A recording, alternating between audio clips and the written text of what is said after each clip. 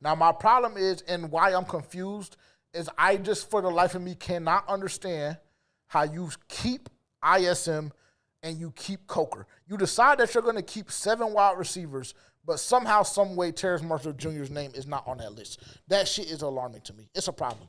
Yeah. It's a problem. This shit is not serious. It's laughable, damn near. And I would say for Terrace Marshall Jr., like, I'm really a fan of Terrace Marshall Jr. because I think that he's a good receiver and he has the potential to be a great receiver, but I think that this organization has handicapped that for whatever reason. I don't know what it was with Matt Rule. I don't know what it was with Frank Wright, but you could just see, like, and then we could see at training camp there were, like, some issues to where he just seemed like he didn't want to be there, was just half-assing. But I think that was at the point that he was already fed up because he's been fed up for the past 2 years just because they haven't been using him correctly, in my opinion. So, but I think that if you just actually watch him play receiver, like, the physical attributes, everything like that, I think that he has potential to be a really good receiver, and we just handicapped him from that. So from Terrace Marshall's standpoint, I am happy that for him that he has a chance to go produce elsewhere. But I think from the Carolina Panthers standpoint, he's fucking better than Jalen Coker and ISM. I just think he is. Bro. He is. I just think he is. So I think that was really dumb to do that. But, I mean, I'm happy for Terrace Marshall. But I just think overall that was a dumbass move by the organization. And I think that if you just watch football, if you just watch the way the receivers play nowadays, if you just watch Terrace Marshall, he's an NFL receiver.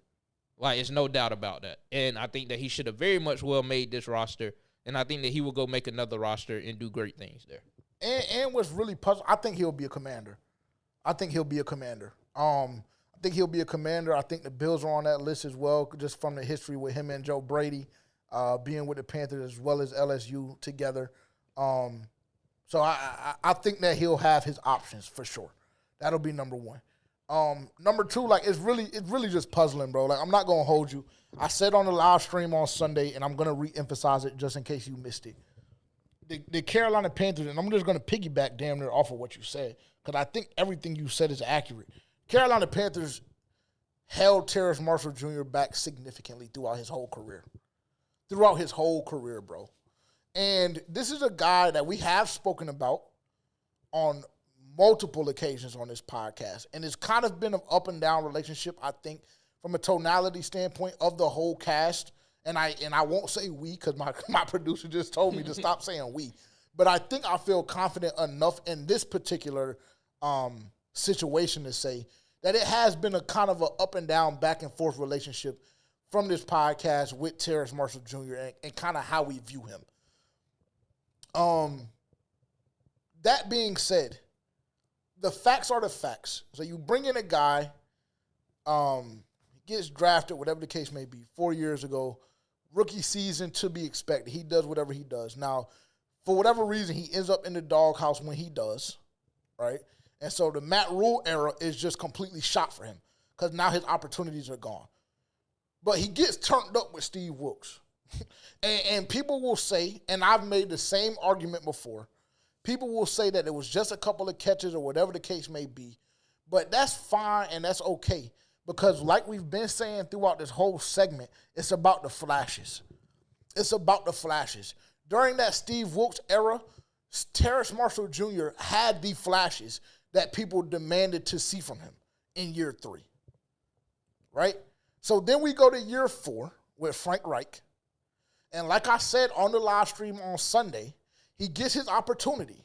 Right? Because people like painting this narrative of Terrace Marshall Jr. that he's just a camp guy and he's just a practice guy. He only does this stuff in camp. But it's just simply not true, bro. And I'm going to use the same exact example that I used Sunday night. Terrace Marshall Jr., me, you, and Five was in the building. We were fried too. I'm not going to hold you. That's neither here nor there, but we were fried. Absolutely fried. Yeah, it was bad. We were in the building. And we witnessed Terrace Marshall Jr. get 9 catches for whatever the amount of yards was on 11, 12 targets, right? We saw that. Y'all saw it. You can go look at the game right now, NFL Premium. You can go look at the film, whatever you want to do. But when Terrace Marshall Jr. was put in a position to be successful and to thrive, when the wide receiver room was really, really looking dark as hell. Because we know how slow Jonathan Mingo started, and we know how that season ended in totality for him, right? We know how slow. We know that Adam Thielen was damn near the only weapon that Bryce Young had. We know that Tommy Tremble really didn't develop. Hayden Hurst didn't do what he really needed to do. We know, like, the weapons just simply weren't there, right? So then you put a guy in a position to be successful, to take a step forward in his career, to progress your offense, which he grabs a hold of the opportunity and does it. And then the following fucking week, he's a healthy scratch. And then after that, for the rest of the fucking year, he only gets 11 or 12 more targets. And not only was he a healthy scratch the following week, when Frank Reich was asked about it, and this is a aspect of this whole situation that I completely forgot about. But when Frank Reich was asked about the situation and why Terrace Marshall Jr. was a healthy scratch, Frank Reich came out of his own fucking old-ass mouth and said Terrace Marshall Jr. should have been on the field, and he should have been getting opportunities, and that's on me as a coach. Yeah, that was nasty. That made no fucking sense. That's when I knew that Frank Reich shouldn't be a head coach. Now, and so with just me painting that picture right there, right, there's no way that you can tell me that this guy got a fair shot with the Carolina Panthers. And oftentimes when I talk about this situation, whether it be on this platform, Move the Chains, other people's podcasts, live streams, whatever the case may be, I always say I would love for people to just use the same amount of grace that was given to Bryce Young in his situation last year and just give 10% or 20% to Terrace Marshall Jr. Because his situation to me is no different. It's no different. When he had the opportunity to be successful, he was successful. And I say we can go look at Bryce Young in the Green Bay Packers game. When he had the opportunity to be successful, we saw what he was able to do. He dropped his nuts. Did we lose that game? Absolutely. But is that by far the best version of Bryce Young we've ever seen? Absolutely. I could go pinpoint another specific moment. If you look at the last drive for the Houston Texans, that's damn near the best the offensive line has looked, that was the best that the offensive line had looked for the duration of the season up to that point. The weapons stood up and took ownership in their fucking role. We look at Chuba Hubbard getting multiple catches on that drive. So when the opportunity was there for them to be successful, they were successful. And I'll rewind back and say when Terrace Marshall got the opportunity to be successful and was given a fucking serviceable enough of amount of reps with 9, 10, 11, 12 targets, he was successful. He came up and he made the plays. He changed the dynamic of that game early. I'm not going to hold you. If you go back and look at it, he had the stadium rocking. He had the stadium rocking, and we thought we had found something. And then for us to turn around and not put him back on the field the following week, and then you fast forward to training camp the following year, and you tell me that Jalen Coker, who was a guy that didn't even play FBS football, and I'm not saying that that niggas can't be successful if that's their situation. Don't get my words misconstrued. But you're telling me a guy like that is going to make it over Terrace Marshall Jr., who has shown flashes throughout multiple seasons. It's very, very, very, very weird and strange. And I understand the fascination with Jalen Coker. I don't, but I do. Because I understand this fan base. Y'all like feel-good stories and feel-good shit. It's never really about the talent, right?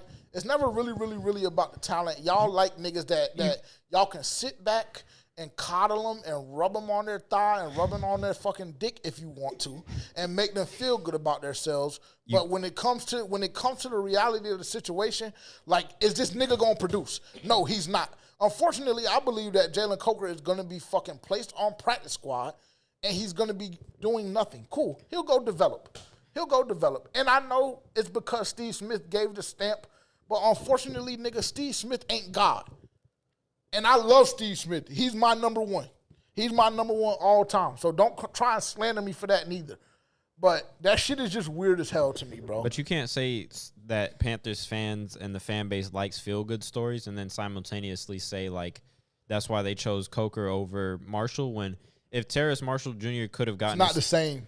If Terrace Marshall Jr. could have gotten his stuff together this season, that would have been a field-goal story because you have a guy who was drafted pretty high overall. Was he a third-round pick? Second. It's not the same. I mean, you got a guy who was drafted high who has been, like, given the shit end of the stick every single turn with every coaching staff that has walked through the door so far. And now finally, when the offensive line gets a little bit better, when you have additional receivers in the room to maybe alleviate some of that pressure off of him, this could have been a TMJ redemption year. And, I bet against TMJ last year when I made my bet with you. This year, when I made a bet with you, I bet with TMJ. This could have been an opportunity for a TMJ redemption story, and unfortunately, we just won't get to see that in Carolina. But I do hope that TMJ goes on and shits on whoever.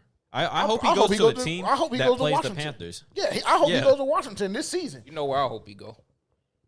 To go see Pat. Go play with Pat. And this is why I said, because I want to go back to what you were saying, that I can't say that simultaneously. I can. Because the thing about this fan base also is that when you're fried, it's a wrap. Same thing with Ian Thomas. Like, I would say 97% of the fan base hates the Ian Thomas move. I would say that. Right? So Terrace Marshall Jr., unfortunately, with him being this camp player and going crazy in camp for multiple seasons and then not producing what we expect him to, he became fried. And then when he requested the trade last year, it was over with. So it's not the same, because it's not the same type feel-good story, nigga. It's not. We got one guy that went to FCS school in Holy Cross. That only thing he had was the plug from Steve Smith, and now all of a sudden he makes a 53-man roster. And to be honest, let me say this too, because at the beginning of camp I was all for it. And what? Because I went in camp and I told both of y'all, look, both of y'all were all. Well, even the day we went, he cooked somebody the first day we were there. I told y'all, just watch his releases, watch the way he runs route, and I get it. I understand. I'm not saying he's a terrible receiver. I'm just saying that he just can't produce the way I believe Terrace Marshall Jr. would have produced this season. So do you think that means that ISM would have had to have been the odd man out? Absolutely. That's who it should have been? To me, yes. To me, ISM should have been fine, especially when he got hurt.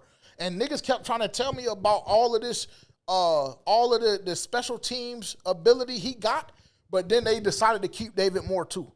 Because David Moore is going to be a guy to me that, yes, he'll be able to provide something in the pass game, but a bulk of what he's going to be able to provide is going to come from special teams, bro.